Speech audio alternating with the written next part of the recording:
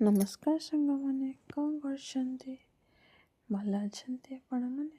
ମୁଁ ତ ବହୁତ ଭଲ ଅଛି। ଦେଖନ୍ତୁ, ଗୋଟେ ଆଜି ନ୍ୟୁ ରେସିପି ନେଇ ଆସିଛି ଆପଣମାନଙ୍କ ପାଇଁ।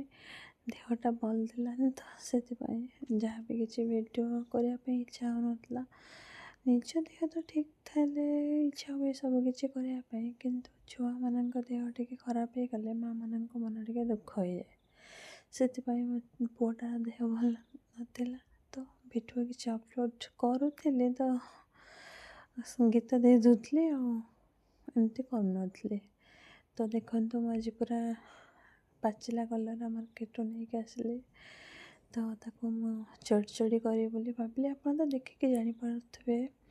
ଏଠି ମୁଁ ଦେଖନ୍ତୁ ଜିରା, ସୋରିଷ, ରସୁଣ, ପିଆଜକୁ ଗ୍ରାଇଣ୍ଡିଙ୍ଗ କରିଦେଲି। ଏପଟରେ ପାଚିଲା କଲରା ଆଳୁକୁ ଚୁନ ଚୁନ କରି କାଟିଦେଲି ଦେଇ ଭାଜିବାରେ ଲାଗିଛି। ସ୍ୱାଦ ଯେହେତୁ ଲୁଣ ହଳଦୀ ଆପଣ ଦେଇକି ଭାଜିଲେ, ଏପଟର ମସଲା ଗ୍ରାଇଣ୍ଡିଙ୍ଗ କରିକି ଦେଖନ୍ତୁ ପକାଇକି ଭାଜିଲି ଆଉ। ତ ସାଙ୍ଗମାନେ କ'ଣ କରିବା, ଛୁଆମାନଙ୍କ ଦେହ ତ ଖରାପ ହେଲେ ମାଆମାନଙ୍କ ମନ ଅବଭିୟସ୍ଲି ଦୁଃଖ ହେବ। ତ ଏବେ ତ ସିଜନ୍ ସେଇଭଳିଆ ହିଁ ଚାଲିଛି, କ୍ଲାଇମେଟଟା ବି ସେଇଭଳିଆ ହିଁ ହେଉଛି ଯେ ଯାହା ବିନା କାହିଁକି ଏବେ ସମସ୍ତଙ୍କର ଦେହ ଖରାପ ରହୁଛି। ଛୁଆମାନଙ୍କ କ'ଣ, ବଡ଼ମାନଙ୍କ କ'ଣ। ଦେଖନ୍ତୁ, କଥା ଏଠି ମୋର କଲରା ଆଳୁ ଚଡ଼ଚଡ଼ି ଯେଉଁ ଗରମା ଗରମ ରେଡ଼ି। ଜୟ ଜଗନ୍ନାଥ, ଗୁଡ୍ ନାଇଟ୍।